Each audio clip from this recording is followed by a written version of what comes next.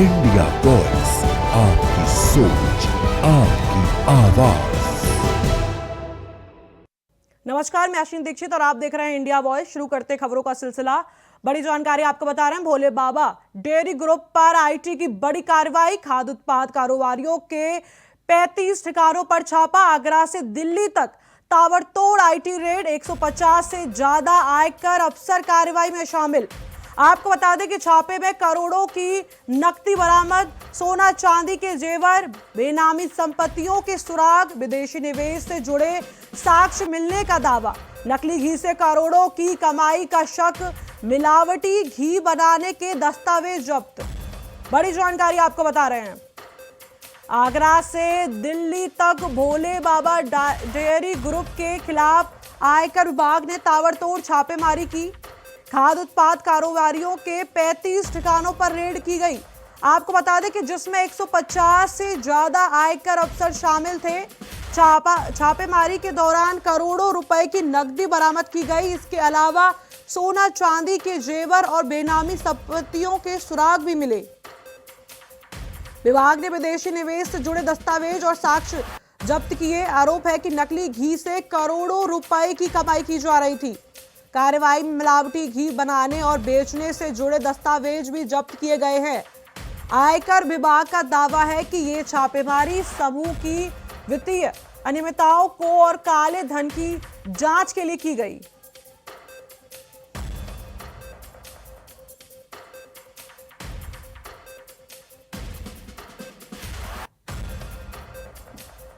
बड़ी जानकारी आपको बता रहे हैं, भोले बाबा डेयरी ग्रुप पर आईटी की बड़ी कार्रवाई।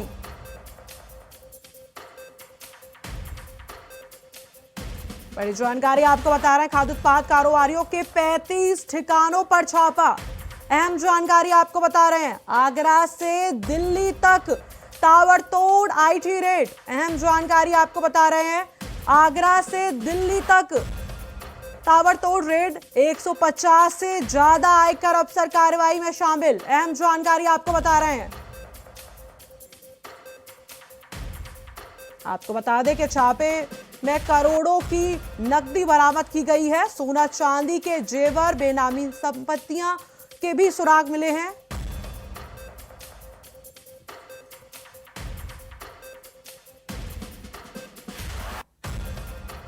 बड़ी जानकारी आपको बता रहे हैं, नकली घी से करोड़ों की कमाई का शक। आपको बता दें कि छापेमारी में नकली घी बरामद हुआ। मिलावटी घी बनाने के दस्तावेज जब्त किए गए। अहम जानकारी आपको बता रहे हैं, भोले बाबा डेयरी ग्रुप पर आईटी की बड़ी कार्रवाई। बड़ी जानकारी आपको बता रहे हैं, खाद्य उत्पाद कारोबारियों के 35 ठिकानों पर छापा। आपको बता दें कि आगरा से दिल्ली तक भोले बाबा डेयरी ग्रुप के खिलाफ आयकर विभाग ने ताबड़तोड़ छापेमारी की।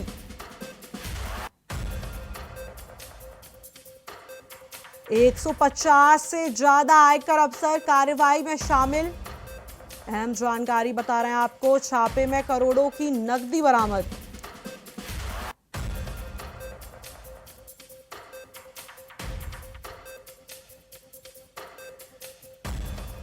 हम जानकारी आपको बता रहे हैं, सोना चांदी के जेवर, बेनामी संपत्तियां जब्त, विदेशी निवेश से जुड़े साक्ष्य मिलने का दावा। अगली खबर की ओर रुख करते हैं। उत्तर भारत इस समय भीषण ठंड, शीतलहर और घने कोहरे की तिहरी मार झेल रहा है। आपको बता दें कि मौसम विभाग के मुताबिक जम्मू कश्मीर, हिमाचल प्रदेश और उत्तराखंड के पहाड़ी इलाकों में लगातार सक्रिय पश्चिमी विक्षोभ के कारण भारी बर्फबारी हो रही है। इसका सीधा असर मैदानी इलाकों पर पड़ रहा है। यहां तापमान में तेज गिरावट दर्ज की जा रही है। अगले 2 से 3 दिनों तक पंजाब, हरियाणा, दिल्ली, राजस्थान, हिमाचल प्रदेश के साथ साथ झारखंड और ओडिशा में भी गंभीर शीतलहर की स्थिति बनी दिखाई दे रही है। कई इलाकों में न्यूनतम तापमान सामान्य से काफी नीचे चला गया है, जिससे जनजीवन प्रभावित हो रहा है। उत्तर पश्चिम भारत और बिहार में अगले 5 से 6 दिनों तक सुबह के समय घना कोहरा छाया रहेगा। आपको बता दें कि इससे सड़क, रेल और हवाई यातायात पर असर पड़ने की आशंका है। मौसम विभाग ने लोगों को सतर्क रहने और आवश्यक सावधानी बरतने की सलाह दी है। 19 जनवरी तक उत्तर पश्चिम भारत में कुछ हिस्सों में हल्की बारिश और पहाड़ी क्षेत्रों में बर्फबारी जारी रह सकती है, जिससे ठंड का असर और बढ़ेगा। हालांकि 18 जनवरी के बाद पश्चिमी विक्षोभ का प्रभाव धीरे धीरे कमजोर पड़ने की उम्मीद है, जिससे मौसम में कुछ राहत मिल सकती है।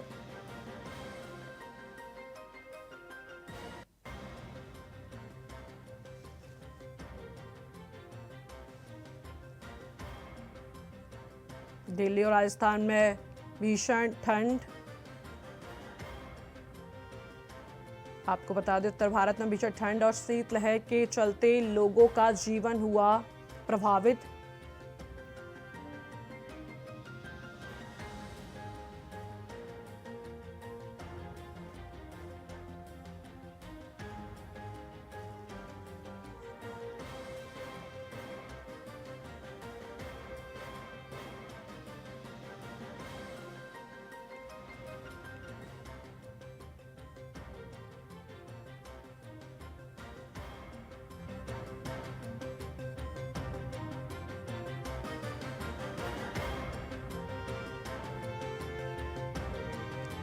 हमारे साथ इस खबर पर अधिक जानकारी के लिए जुड़ रहे हैं संवाददाता लखनऊ से राशिद आरिफ। राशिद, ठंड का असर, उत्तर भारत में भीषण ठंड का असर देखने के लिए मिल रहा है और योगी सरकार ये दावा कर रही है कि सारी पुख्ता इंतजामात ठंड को लेकर किए गए हैं। अलाव और रैन बसेरा का निरीक्षण भी डीएम द्वारा किया जा रहा है। क्या लगता है कि जो दावे किए जा रहे हैं वो इस ठंड को चलते हुए कितना सफल हो पा रहे हैं? नहीं, जैसे आपको बता दें कि उत्तर प्रदेश में कड़ाके की ठंड पड़ रही है। अगर राजधानी लखनऊ की बात की जाए तो राजधानी लखनऊ में आज सुबह से ही ठंड है और पारा जो है लोड़ा से वो 7 और 8 डिग्री आ गया। देखिए, लगातार जिस तरह से ठंड पड़ रही है उसी को लेकर मुख्यमंत्री योगी आदित्यनाथ ने तमाम बैठकें की। उत्तर प्रदेश के जिलाधिकारी और तमाम विभागों में दिशा निर्देश दिए। देखिए, उत्तर प्रदेश में अगर बात की जाए राजधानी लखनऊ की या तमाम जिलों की, तो वहाँ व्यवस्थाएं की गई। लखनऊ में तमाम जगह पे रैन बसेरे बनाए गए हैं, गोमती नगर में बनाया गया है और हर एरिया में पुराने लखनऊ में बनाया गया। देखिए, रैन बसेरों को लेकर लगातार जिलाधिकारी भी निरीक्षण करते हैं, नगर निगम के द्वारा भी निरीक्षण किया जाता है। देखिए, उत्तर प्रदेश में ठंड को लेकर सरकार जो है पहले से ही सचेत थी, जिसको लेकर तैयारियां भी शुरू कर ली गई। अगर अलाव की बात की जाए तो जगह जगह चौराहे पे अलाव भी जलाए जा रहे हैं। सबसे बड़ी चीज बता दें कि लखनऊ के अंदर जो कुछ रैन बसेरे बनाए गए, बहुत हाईटेक रैन बसेरे बनाए गए हैं, उसमें ठंड ना लगे, कंबल भी अच्छे दिए जा रहे हैं। उसके बाद में खाने की व्यवस्था भी की जाती है। देखिए, आपको बता दें, मुख्यमंत्री योगी आदित्यनाथ ने तमाम जिले के जिलाधिकारी से बात की थी। उसके बाद में नगर निगम, नगर निकाय या नगर परिषद जहाँ भी जो भी अधिकारी काम कर रहे थे उनको ये चेतावनी दी गई थी कि इतनी ठंड में कोई भी आदमी सड़क पे नहीं सोएगा। अगर कोई भी सड़क पे सोता हुआ पाया जाए या ठंड की वजह से किसी की मौत होती है तो जिम्मेदारी अधिकारी की बनेगी। इसी को लेकर पूरे उत्तर प्रदेश में जो है अधिकारी भी अलर्ट नजर आए और कहीं ना कहीं सरकार के द्वारा जो व्यवस्था की गई थी तो व्यवस्थाएं भी दिखी। देखिए, इस भीषण ठंड में जो अभी बताया गया है मौसम विभाग का अनुमान, तो 4-5 दिन ऐसे आने वाले हैं जिसमें और ठंड बढ़ेगी। राजधानी लखनऊ में इस वक्त आप देख सकते हैं कि सूरज नहीं निकला है और कहीं बहुत ज्यादा ठंड है और ठंड की वजह से लोग ठिठुर रहे हैं। कहीं ना कहीं से रेल जो है आवागमन वो भी प्रभावित है। एयरपोर्ट पर फ्लाइटें जो है वो समय से नहीं आ पा रही है। उसके बाद में यातायात भी ठप, क्योंकि ठंड इतनी भीषण हो रही है, लेकिन सरकार जो है लगातार ठंड को लेकर काम कर रही है और कहीं ना कहीं अधिकारी भी भीड़ पे देखने को मिलते हैं। जी, हमारे साथ मिर्जापुर से संवाददाता कमलेश जी जुड़े हुए हैं। कमलेश, मिर्जापुर में ठंड का कितना तापमान है? देखिए, मैं बताता चलूं कि आपको कि इस समय तापमान यहाँ तक नॉर्मल है, क्योंकि सुबह 8 बजे से पहले और शाम को 6 बजे के बाद बहुत ज्यादा शीतलहर होती है, लेकिन दिन में धूप के कारण जो हो जाते थे जबरदस्त, कि जिससे कि गर्मी पैदा हो जाती है। लोग जो ठंड का प्रकोप होता है वो कम हो जाता है। हालांकि बात है रात की, तो रात में बहुत ज्यादा शीतलहर होती है और चारों तरफ लोग अलाव जला के नजर आते हैं। रोडवेज और रेलवे स्टेशन के पास में शाम तक जो है कि शासन ने व्यवस्था करती है वहाँ रैन बसेरी की और जलाकर लकड़ियां बिछा दी जाती है। शाम को 6 बजे के बाद जो है कि जिस तरह से ठंडी लहर चलती है, हवा भी चलती है, तो लोग जो है कि आग जला के उसमें उसका जो है कि वजह से अपने काबू पाते हैं लोग। और बता दें कि जो है कि दिन का मौसम एकदम नॉर्मल है। हालांकि ये माँ विंध्यवासिनी का नगरी यहाँ चारों तरफ पहाड़ों के बीच में बसे हैं, यहाँ पर ठंड ज्यादा होती है। पर जो इस रात में आपको भी बता चले कि प्रशासन निरंतर सारी व्यवस्थाओं में लगी हुई, नगर पालिका की टीम लगी हुई है। जगह जगह पर प्रत्येक चौराहे पर, रेलवे स्टेशन के पास, बस स्टेशन के पास में हर दिन जो है कि लकड़ियां शाम को 5 बजे से 6 बजे के बीच में ही रोज देखी जाती है, ताकि लोग जो उसका सहारा लेके जो ठंड को दूर कर सके। जी, हमारे साथ झांसी से संवाददाता गुलशेर मोहम्मद है। गुलशेर, झांसी में इस वक्त ठंड का कैसा असर लोगों पर देखने के लिए मिल रहा है और वहां का कितना तापमान है? जी, आपको बता दूं कि झांसी में पिछले 2 दिन पहले सर्वाधिक तापमान जो था वो दर्ज किया गया था 24 डिग्री सेल्सियस।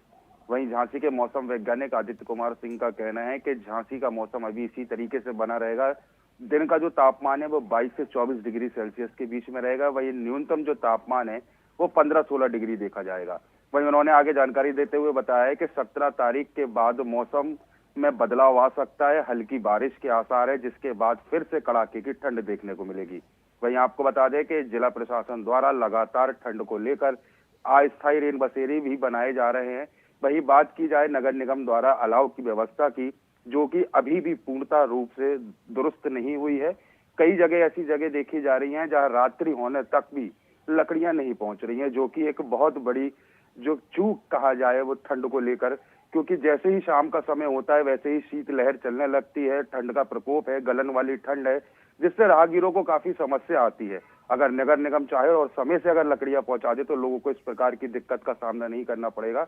वहीं जिला प्रशासन द्वारा लगातार निगरानी रखी जा रही है कि यात्रियों को किसी प्रकार की कोई दिक्कत परेशानियों का सामना ना हो।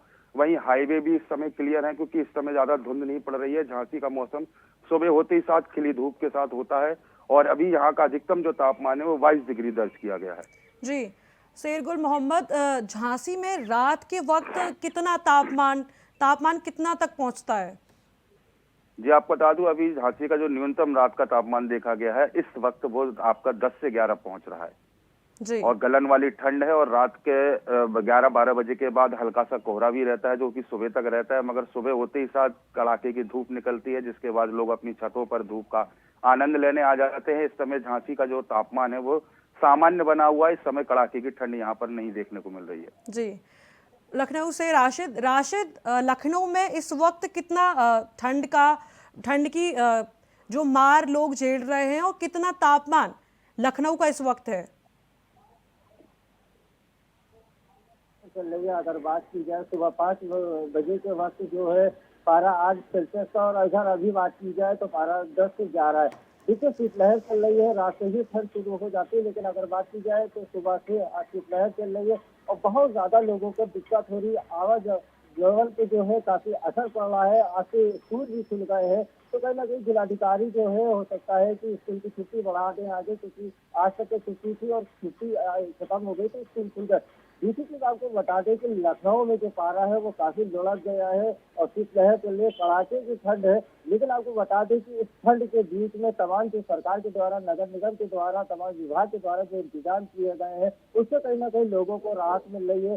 चारबाग हो, आलमबाग हो या आपके 10 सब्जी चौराहा, गोमती नगर हो, तमाम जगह पे रेल बसेरे बनाए गए, जगह जगह एलाव की व्यवस्था की गई है। लेकिन ठंड जो है वो लखनऊ में बहुत ज्यादा है और ठंड से 3-4 दिन और जो है लोगों को मुसीबत झेलनी पड़ेगी, क्योंकि ये ठंड जो मौसम विभाग ने बताया है कि 3-4 दिन जो है वो अनुमान उन्होंने बताया है कि लखनऊ में ठंड जो इसी तरह से बरकरार रहेगी और उसी को लेकर लोग जो है पूरा इंतजाम करके निकले। लखनऊ जिलाधिकारी ने भी आदेश जारी किया था कि लोग अपने घर से जब निकले पूरी तैयारी से निकले, गर्म कपड़ा पहन के निकले और अगर जरूरत ना हो उस तरीके से बाहर ना निकले, क्योंकि ठंड का प्रकोप जो है राजधानी लखनऊ में ज्यादा देखने को मिल रहा है। तो इस वजह से तमाम गाइडलाइन भी जारी कर दी गई है। लोगों को ये बता भी दिया गया है कि आप अपनी सुरक्षा रखिए, तमाम इंतजाम भी किए गए। लेकिन ठंड का प्रकोप जो है राजधानी लखनऊ में ज्यादा देखने को मिल रहा है। शीतलहर चल रही है।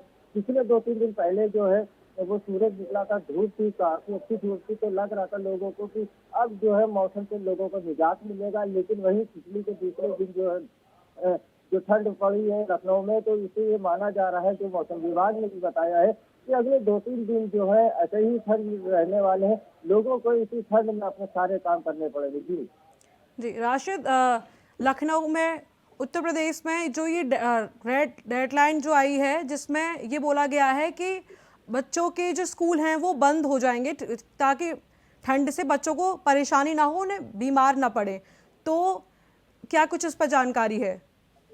नहीं, जैसे आपको बता दें कि लगातार ठंड के मौसम को देखते हुए लखनऊ जिलाधिकारी जो है बच्चों की छुट्टियों को निरस्त कर दिया था। तो इन्हें जो छुट्टियां थी वो छुट्टियों की जो है वो डेट खत्म हो गई थी। उसके बाद में मौसम जो है एकदम साफ हो गया था, 3 दिन से धूप निकल रही थी, तो इसलिए जो है जिलाधिकारी ने छुट्टियों को आगे नहीं बढ़ाया और जो छुट्टियां थी वो समय उनका पूरा हो चुका था। लेकिन मौसम जो है अब फिर से एक बार करवट उसने लिया है। कहीं ना कहीं लखनऊ में ठंड है, तो स्कूल जो खुले हो सकता है कि शाम तक के दिशा निर्देश आ जाए जिलाधिकारी का कि छुट्टियों को और आगे बढ़ा दिया जाए। हालांकि छोटे बच्चों को काफी दिक्कत हो रही थी, इसी को देखते हुए जिलाधिकारी ने बच्चों की छुट्टियां जो है वो कर दी थी। लेकिन छुट्टी होने के बाद भी जब मौसम साफ हुआ तो उसके बाद में ये हुआ कि स्कूल अब खोले जाएंगे। लेकिन जो 2 दिन से देखा जा रहा है कि मौसम में जिस तरह से करवट ली है और ठंड जो है भीषण है, तो उसी को लेकर जिलाधिकारी जो है शाम तक हो सकता है कि उनका जो लेटर है वो जारी हो जाए, कहीं ना कहीं बच्चों की छुट्टियों को जो है और बढ़ा दिया जाए। क्योंकि देखिए जिस तरह से लखनऊ में ठंड हो रही है, तो कहीं ना कहीं उत्तर प्रदेश में तमाम जिलों में ऐसी ठंड है। तराई एरिया अगर आप चले जाइए, गोंडा, बहराइच, बलरामपुर, तो ये एरिया ऐसे है, लखीमपुर, सीतापुर, तो जहाँ पे तराई एरिया है वहाँ पे ठंड का प्रकोप ज्यादा देखने को मिलता है। तो उसी को लेके सारे इंतजाम भी किए गए हैं। छुट्टी जो है सभी जो जिले हैं वहाँ पे जिलाधिकारी मौसम के हिसाब से अपने से वो छुट्टियों की जो है वो डेडलाइन बढ़ा रहे हैं। कहीं कहीं टाइमिंग बढ़ा दी जाती है, तो कहीं जो है जो प्राइमरी बच्चे पढ़ रहे हैं तो उनको स्कूल में छुट्टी दे दी जाती है। दिशा निर्देश समय समय में मौसम के हिसाब से आता रहता है। जी कमलेश, नगर निगम द्वारा ठंड को लेकर क्या क्या इंतजाम किए गए हैं और क्या क्या व्यवस्था की जा रही है? देखिए, नगर पालिका यहाँ पे मिर्जापुर में चलता है। नगर पालिका की तरफ से जगह जगह पर पकड़ियां भी दी जाती है ताकि अलाव का साथ लेके ठंड को दूर कर सके। और मिर्जापुर प्रशासन ने जी भी तस्वीर इस पर नजर आए, क्योंकि शाम तक जो है कि जगह जगह पर जाकर यहाँ के जिलाधिकारी सहित लोग जाकर मुआयना भी करते हैं कि ठंड का जब प्रकोप किसी भी तरह किसी को समस्याएं तो नहीं हो रही है। लेकिन आज जो 16 तारीख है, आज 16 तारीख को कई प्राइवेट स्कूल भी खोले गए। छोटे बच्चों को भी स्कूल जाने का आज जो है कि स्कूल की बसें दिखाई दे रही है और ले जा रहे छोटे से लेकर बड़े बच्चे। पता चले कि जो स्कूल का वो समय वो बदलाव कर दिया जाएगा, सुबह 10 बजे से लेकर 2 बजे तक कर दिया जाएगा, ताकि जो है कि पूरे धूप में बच्चे लोग जाकर सुबह जो 8 से पहले ठंड पड़ती में किसी भी तरह की कोई समस्या किसी स्कूल के बच्चों को न हो पाए। जी बहुत बहुत शुक्रिया आप सभी का हमसे जुड़े रहने के लिए और अहम जानकारी साझा करने के लिए।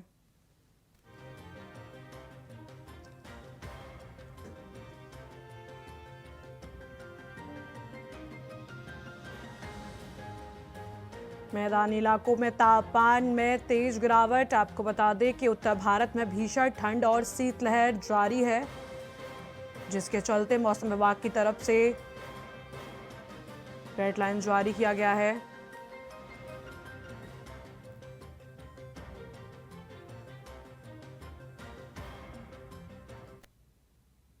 अगली खबर की ओर रुख करेंगे। प्रतापगढ़ में दबंगों की दबंगई का सनसनीखेज मामला सामने आया। जज के ड्राइवर के साथ बेरहमी से मारपीट कर उन्हें नहर के किनारे फेंक दिया गया। आपको बता दें कि स्थानीय लोगों के अनुसार हमलावरों ने युवक को लाठी डंडों से पीटा, जिससे उसका हाथ और पैर टूट गया। घायल युवक की पहचान नीलापुर थाना क्षेत्र के खरगपुर गांव निवासी के रूप में की गई। घटना की सूचना मिलते ही कोतवाली देहात प्रभारी पुष्पराज सिंह सहित कटरा चौकी पुलिस मौके पर पहुंची। पुलिस ने आनन फानन में घायल को जिला अस्पताल भेजा, जहां उसका इलाज जारी है। यह पूरी घटना कोतवाली देहात क्षेत्र के शिवा मैरिज हॉल के पास की बताई जा रही है। मामले में सीओ सिटी प्रशांत राज हुड्डा ने बताया कि घटना की गंभीरता से जांच की जा रही है और दोषियों के खिलाफ जल्द सख्त कार्रवाई की जाएगी।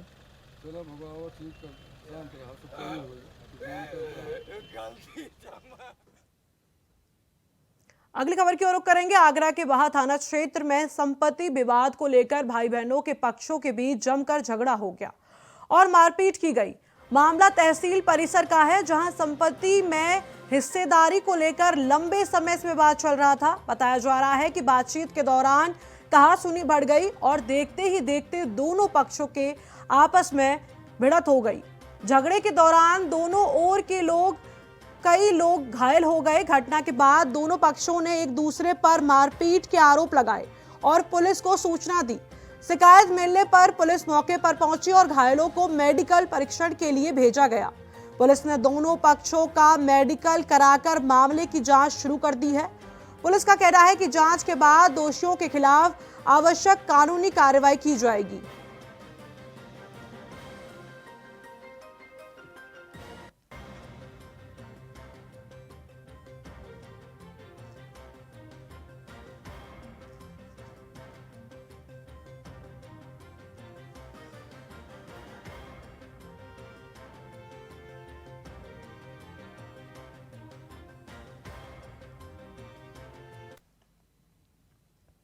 अगली खबर की ओर रुख करते हैं। सिद्धार्थनगर में वन विभाग से जुड़ा एक और कथित कारनामा सामने आया। आरोप है कि वन विभाग के एक कर्मी के नाम पर बरसों से आरा मशीन कागजों में संचालित दिखाई जा रही है, जबकि धरातल पर उसका कोई अस्तित्व नहीं है।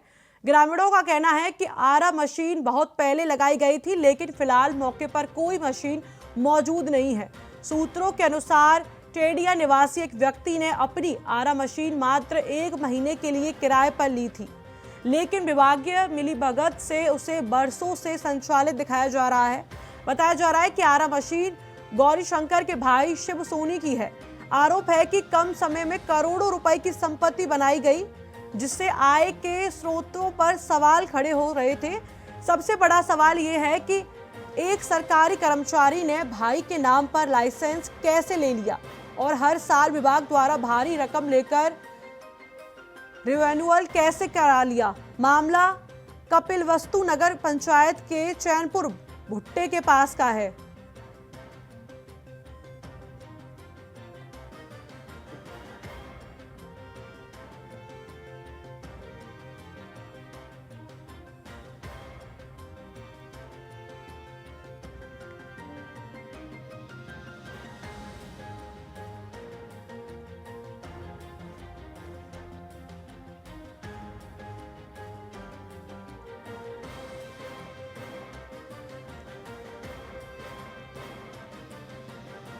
आगरा के बाद थाना क्षेत्र में संपत्ति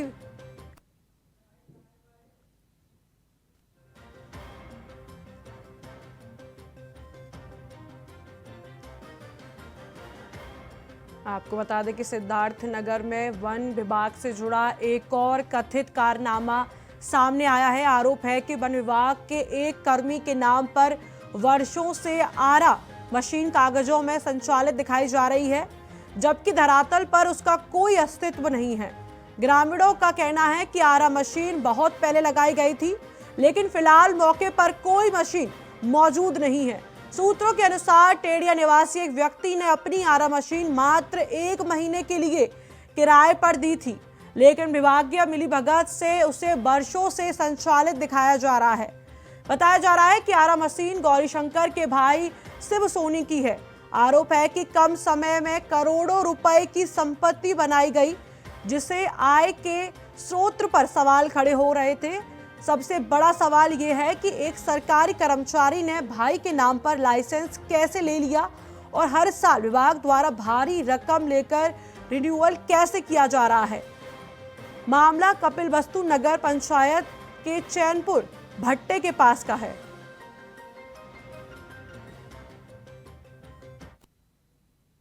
फिलहाल इस बुलेटिन में इतना ही। आप देखते रहिए इंडिया वॉइस।